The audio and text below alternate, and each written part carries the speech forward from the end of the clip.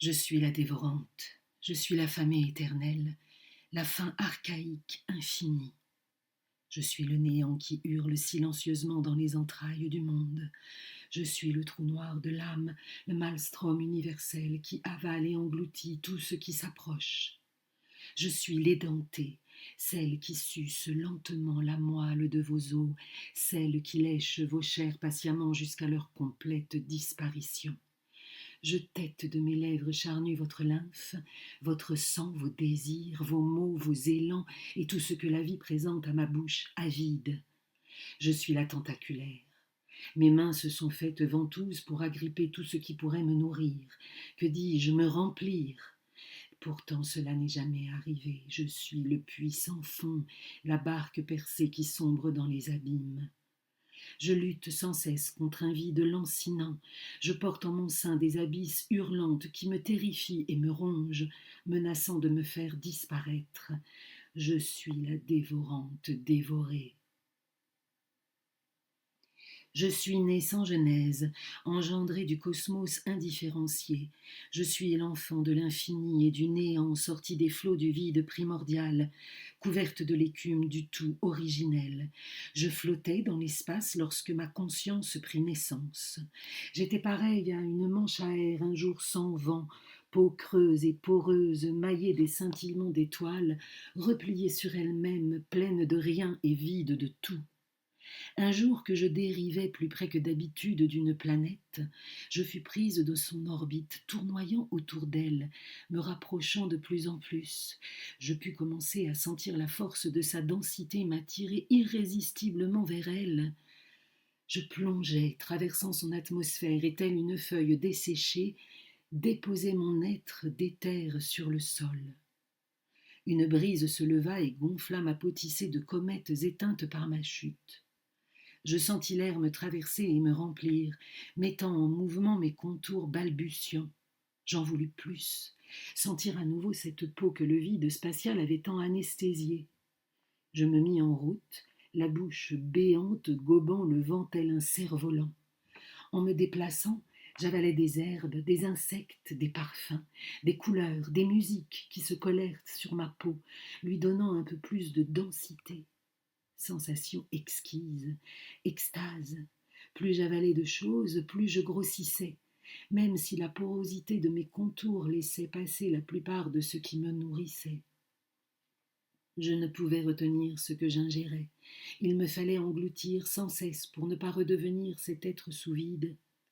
Je souhaitais tant garder ce que j'avalais, ne pas le perdre. Ce désir fut si fort que des membres tentaculaires poussèrent pour attraper et agripper de ventouses ce que je voulais dévorer. Plus je mangeais, plus j'avais faim. Je n'étais guidée que par la faim, par cette volonté irrésistible de sentir mes contours s'animer en me remplissant. Un jour, je rencontrai d'autres habitants de cette planète. Peut-être en avais-je entreaperçu auparavant, mais mon exploration gourmande m'avait aveuglée. Leur corps était si fort et si dense, plein de vitalité. Je découvrais qu'ils avaient une peau dont le tissage était plus serré que le mien, et sous cette peau, de la chair, des muscles et des os solides. Couche après couche, ces êtres étaient de plus en plus denses. J'étais fascinée. Ils étaient si pleins de rêves, d'élan, de désirs, de plaisirs, de couleurs et de chants. Je continuai ma course avec le vent pour trouver de quoi me remplir, mais je revins régulièrement les voir et commençai à tisser du lien avec eux. En les fréquentant, je ne pus m'empêcher de me demander ce que je ressentirais si je les avalais, eux aussi. Pourrais-je garder leurs os et me faire un squelette? Pourrais-je me constituer une chair qui remplirait cet odieux vide? Un être en particulier me touchait. Je le trouvais beau, je le désirais et le voulais de tout mon être. Je voulais être proche de lui, si proche, tellement proche, que je ne sais plus si je voulais qu'il me dévore ou si je voulais le manger, moi. À son contact, je commençais à sentir d'autres mouvements en mon sein, et sa peau, en touchant la mienne, me donnait l'impression d'en avoir une aussi belle que la sienne. Je suçotais ses lèvres, son cou, je parcourais sa peau et l'aspirais. Il ne se rendait pas compte que j'avalais quelque chose de lui à chaque contact. Lentement, je le grignotais. Je le voulais pour moi, je voulais le garder en dedans, je voulais qu'il me remplisse, je voulais être lui. J'avais si peur qu'il parte et s'éloigne de moi qu'une nuit je le dévorais entièrement. Et pour la première fois, je fus pleine, pleine de lui et pleine d'un être que nous avions créé. Pourtant, cela ne dura qu'un temps. Il finit par s'extirper des mailles de mon filet de peau, laissant seul l'enfant que je portais en moi. J'aurais pu chercher à le manger encore et encore pour retrouver cette sensation divine d'exister dans une chair, mais il restait l'enfant. Pendant cette période bénie de plénitude, je n'errais plus. La peau de ce petit être fondait sur la mienne, ne faisant qu'une. Un jour qu'il devenait trop à l'étroit, il chercha à sortir. Je luttai de toutes mes forces pour l'en empêcher. J'étais si bien pleine de lui. Il déchira l'émail de ma peau d'étoile éteinte, toujours fragile, et sortit de mes entrailles. Désespéré, le vide qui m'avait enfanté ressurgit du fond de mon âme et me terrassa.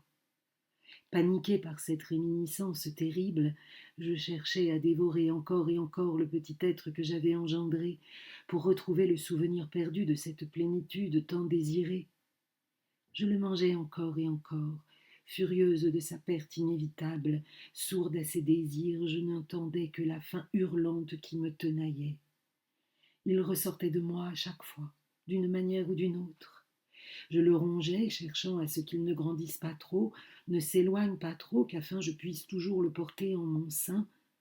Mais fort de l'héritage de son clan, il grandissait et pressait le pas solide et tranquille qui le menait loin de moi. Je l'agrippais de toutes mes lianes tentaculaires pour le lier à moi, mon corps desséché et terrifié traînant au sol dans son sillage implacable, la bouche écumante des abysses que j'abritais et qui déjà me consumaient. J'avais tant et tant dévoré pour les oublier qu'elles se réveillaient de toute leur immensité ravageuse, me rappelant ce que j'avais cherché à fuir au creux de mes entrailles. Je suis l'engeance du néant. Tout mon être se fit terreur. Jamais, plus jamais je ne serai cet être ballotté et englouti par le maelstrom du monde. Je mangerai le monde avant qu'il me dévore.